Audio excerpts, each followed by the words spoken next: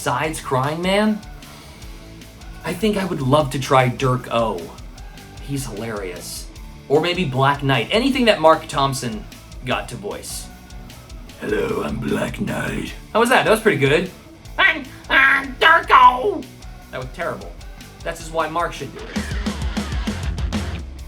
I have a fondness for the scene where Mike and Crying Man are sitting on top of that building and they're looking at Quake Tower, and Crying Man is talking about his backstory.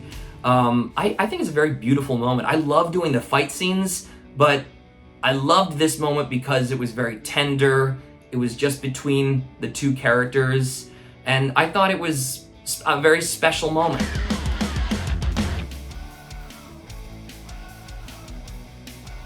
I mean, come on, you know, you gotta go with.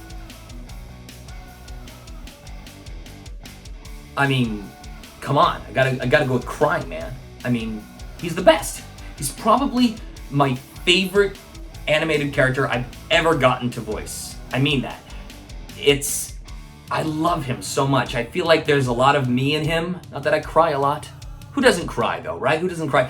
I love that he cares so much about Mike and Nick and defending those who are most vulnerable. I think people a lot of times are taught to hide their emotions, and what I love about Crying Man is that he just lets it all out. And in fact, that's what makes him so powerful. Oh man, the scene where Crying Man, Mike, Black Knight, and the little girl are all escaping from the burning building, I think it was episode 2, that was really hard because there's this scene where they're speeding down a long hallway to try to, and they're gonna jump through a window. And meanwhile, they're leaping over things. There's bursts of fire coming out from the walls and from the ceiling, and there's debris all over the place. And it's a lot of, you know, and when you're dubbing it, you know, the segment itself only takes, 10 seconds, but to dub it, I think we spent like half an hour on it. There was a lot of cues that I had to get exactly right, because you want the audio, obviously, to sync up with the picture. And there were many different reactions and efforts that I had to do. And I thought it was, when I saw how it came out, I was very pleased because I remember all the hard work we put into it.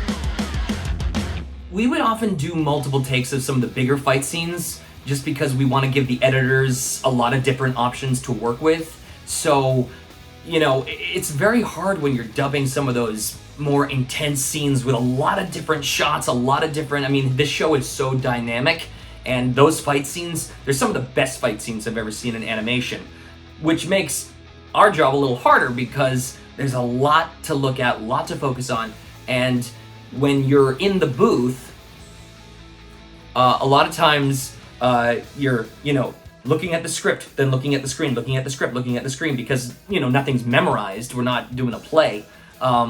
And you have to make sure you're syncing up to the picture while keeping the line in your head.